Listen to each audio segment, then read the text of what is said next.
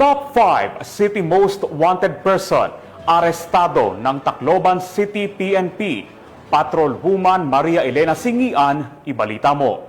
Arestado ng mga awtoridad ang tinaguriang top 5 city most wanted person na may kasong 2 counts statutory rape matapos mahuli sa Barangay 91 Abukay, Tacloban City. Naaresto ang akusado bandang alas 9:50 ng gabi ng mga tauhan ng Tacloban City Police Station 2 sa bisa ng warrant of arrest para sa kasong 2 counts statutory rape na walang inirekomendang piyansa. Ang akusado ay dinala sa Tacloban City PS2 para sa kaukulang dokumentasyon at tamang disposisyon. Patunay lamang na ang Tacloban City PNP ay hindi nagpapabaya sa kanilang sinumpaang tungkulin na hulihin ang mga taong tiwalag sa batas upang mapanatiling ligtas ang komunidad nang sa gayon may patupad ang kapayapaan sa bansa para sa ligtas at maunlad na bagong Pilipinas.